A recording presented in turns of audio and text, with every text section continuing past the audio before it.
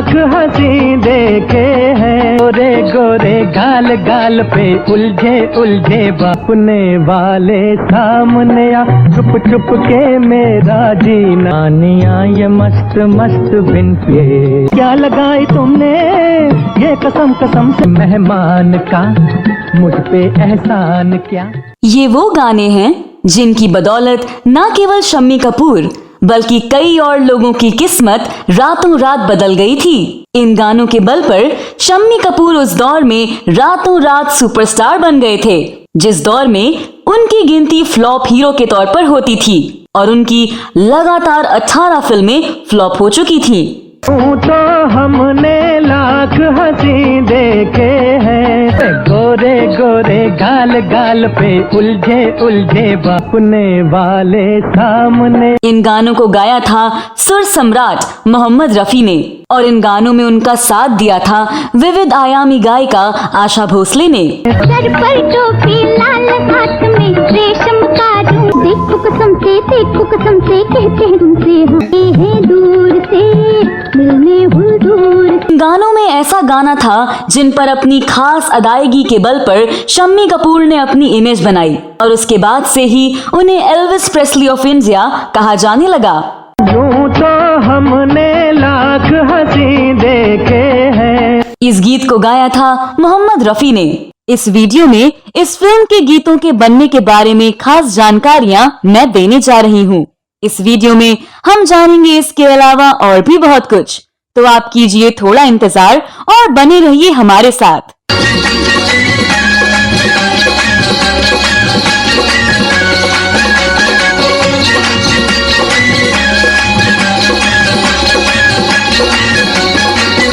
नमस्कार दोस्तों, मैं आपकी दोस्त और होस्ट स्तुति और आप देख रहे हैं अतीत की सुनहरी स्मृतियों को ताजा करने वाला चैनल। दोस्तों, ओपी नैयर के संगीत और मोहम्मद रफी के गानों से सजी यह फिल्म कामयाबियों के शिखर पर पहुंच गई और इसने कई सितारों की किस्मत को बदल दिया।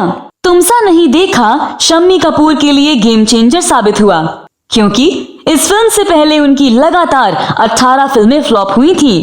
पिए बिन आज हमें चढ़ा है नशा, यूं तो हमने लाख। हालांकि नासिर हुसैन ने देवानंद को ध्यान में रखकर यह फिल्म लिखी थी, लेकिन देवानंद ने इस फिल्म में काम करने से इनकार कर दिया, तो यह शम्मी कपूर को मिल गई और उनकी किस्मत खुल गई।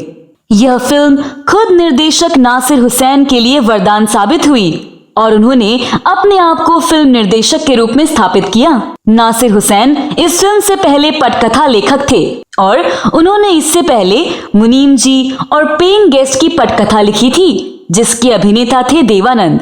जब नासिर हुसैन निर्देशक के रूप में अपनी पारी का आरंभ करने की योजना बना रहे थे, तो उन्होंने देवानंद को लेकर ही फिल्म बनाने की सोची और उनको ही ध्यान में रखकर पटकथा लिखी। उन दिनों केवल देवानंद की तेज तर्रार, शहरी और रोमांटिक युवा की छवि थी। जिस तरह की भूमिका इस फिल्म में थी, उसी तरह की भूमिका पहले मुनीम जी और पेइंग गेस्ट में वह निभा चुके थे और वे सभी फिल्में सुपरहिट रहीं।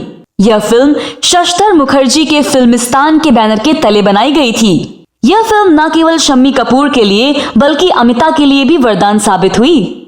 जाने किस किस की आएगी कज़ा। इस फिल्म में हीरोइन के कपड़े, मेकअप और उसके आसपास की लाइटिंग आदि पर बहुत ध्यान दिया गया था और हीरोइन को ध्यान में रखकर ही फिल्म की खूब पब्लिसिटी की गई। बॉक्स ऑफिस पर इस फिल्म की सफलता के बाद उस समय के संघर्षरत शम्मी कपूर रातों रात सनसनी बन गए और इसमें सुरीले गीतों का बहुत बड़ा हाथ था। हमने लाख हंसी देखे हैं, सर पर टोपी लाल हाथ में रेशम का झूम, गोरे गोरे गाल गाल पे उलझे उलझे बापने वाले सामने आ, छुप छुप के मेरा जीना निया ये मस्त मस्त बिन पिए। देखो कसम से कहते हैं तुमसे हम क्या लगाई तुमने ये कसम कसम से हैं दूर से मिलने दूर से मेहमान का, मुझ पे एहसान क्या। इस फिल्म से प्राण भी चरित्र अभिनेता के रूप में स्थापित हुए। फिल्म के टाइटल सॉन्ग तुमसा नहीं देखा को साहिर लुधियानवी ने लिखा था और ओपी नैयर ने इनका धुन देवानंद को ध्यान में रखकर ही बनाया था। फिल्म में साहिर लुधियानवी का लिखा गया यह एकमात्र गीत था, लेकिन जब उन्हें पता चला कि देवानंद यह फिल्म नहीं कर रहे हैं तो और गीत लिखने से मना कर दिया।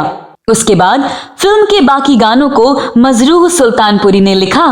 फिल्म के निर्देशक नासिर हुसैन ने एक साक्षात्कार में कहा था कि वह इस फिल्म में शम्मी कपूर को नायक के रूप में लेना नहीं चाहते थे, क्योंकि निर्देशक के रूप में यह उनकी पहली फिल्म थी और वह एक स्थापित नायक के साथ में काम करना चाहते थे। देवानंद के मना करने के बाद एस मुखर्जी ने निर्माता को सुनील दत्त का नाम सुझाया, लेकिन अंततः शम्मी कपूर का नाम सामने आया।